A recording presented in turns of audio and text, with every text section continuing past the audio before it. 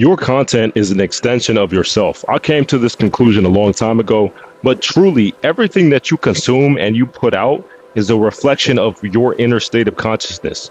And a lot of people don't understand just how powerful it is to be a creator. If you're posting social media content or you're a business owner and you want to put something out there, your business is a reflection of you. And there's a creator named Preston that talked about this as well when it comes to AI quantum mirrors. And everything in general, from a philosophical perspective, is a mirror. It's a reflection of yourself. And some people in the spiritual community will talk about how relationships are a reflection of yourself and your internal struggles in your battle.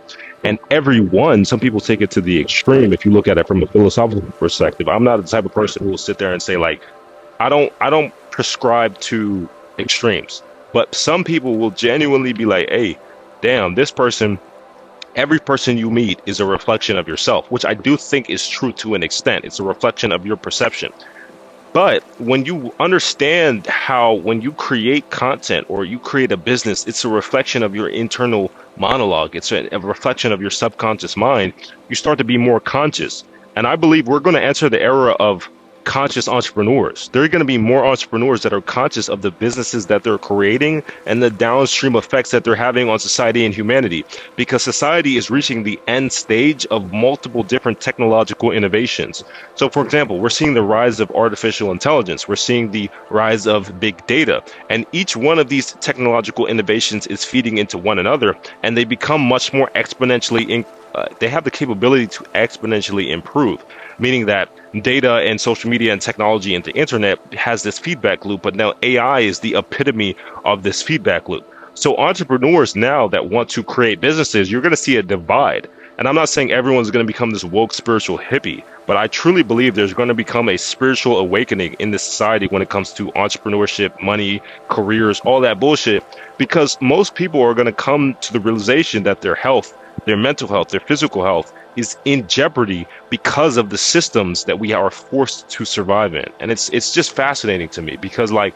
you can really step away from the system and understand that there's more to what you do and there's more to who you are than just what you create.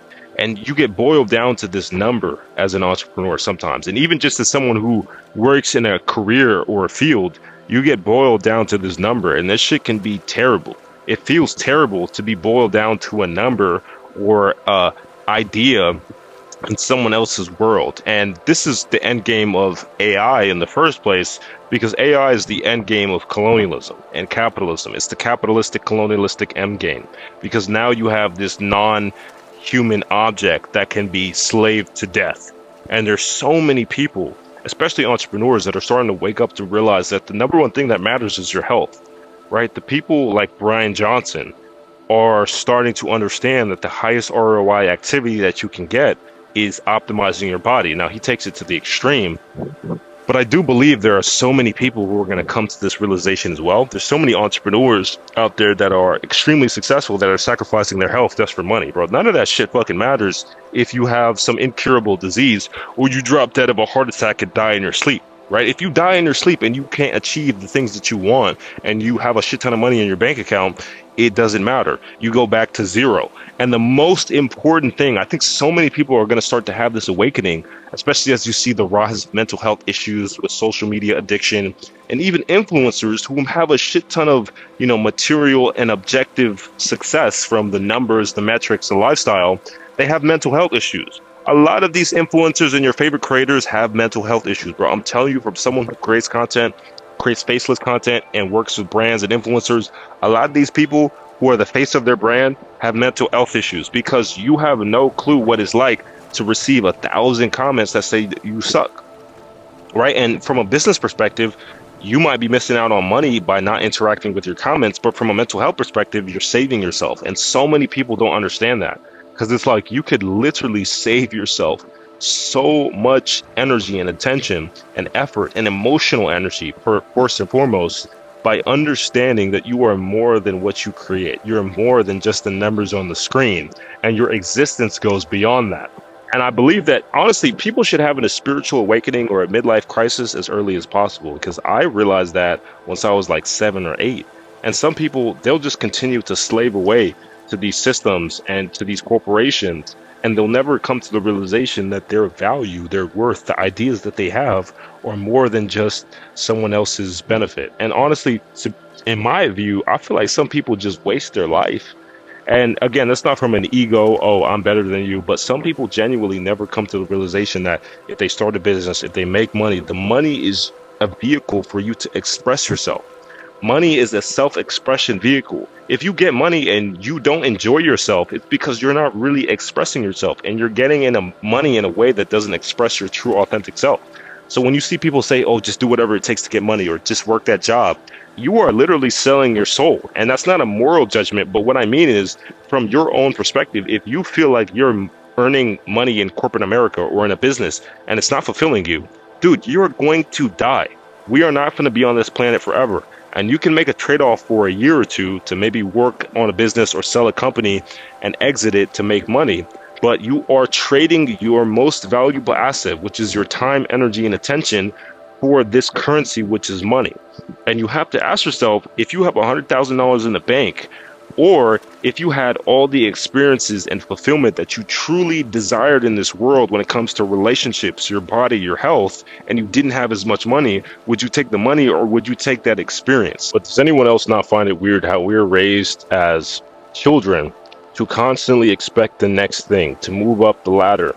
Literally, I remember in kindergarten, they were playing this music of, oh, moving on up, moving on up. And every single step that you do, everything accomplishment that you have in this world is always going to predate or precede.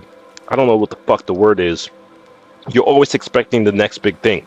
You're always expecting something else. And the problem with that from a philosophical perspective is it's going to drive you fucking crazy. And you're never going to be satisfied, or you're never going to be fulfilled with what you have or with what you accomplished. You're always focusing on moving up, doing the next thing. And if you work in corporate America or you work in marketing and sales, you will literally have the best month of your fucking life. And they'll be like, oh, how can we hit 10 million this month? How can we hit 10 million this year? And we just hit 5 million. Why do you constantly need to grow? And this is where I believe, to an extent, capitalistic thinking can become a virus. It can become a downset because it can become a disadvantage because we don't always need to grow. We don't always need to be in a bullish, growing up and up and up cycle. Things can stay the same, sideways, even just maintain small growth. That's fine. But we live in this parasitical society that believes that we always have to constantly fucking grow. You have to constantly increase your strength, increase your muscles. You can't even just enjoy the ride. Like, I feel like I can't be the only person who's burnt out with the fact that we constantly feel like we have to keep moving up in society. We have to keep moving up in the world.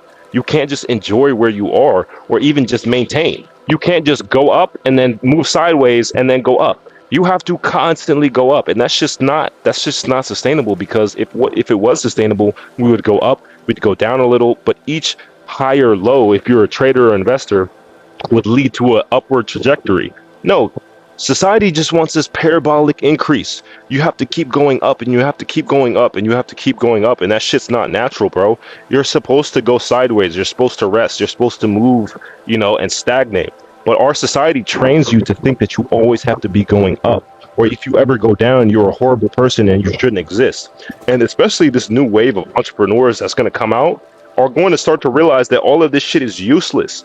You have money in the bank, but you are mentally ill and you feel like you should take your own life. What is the point of that? And some people will talk about, oh, I'd rather be in a Lamborghini than, sad in a Lamborghini and depressed in a Lamborghini versus being, depressed in a Toyota. But if you're in a casket that's $10,000 or you're in a casket that's $1 million, does it matter?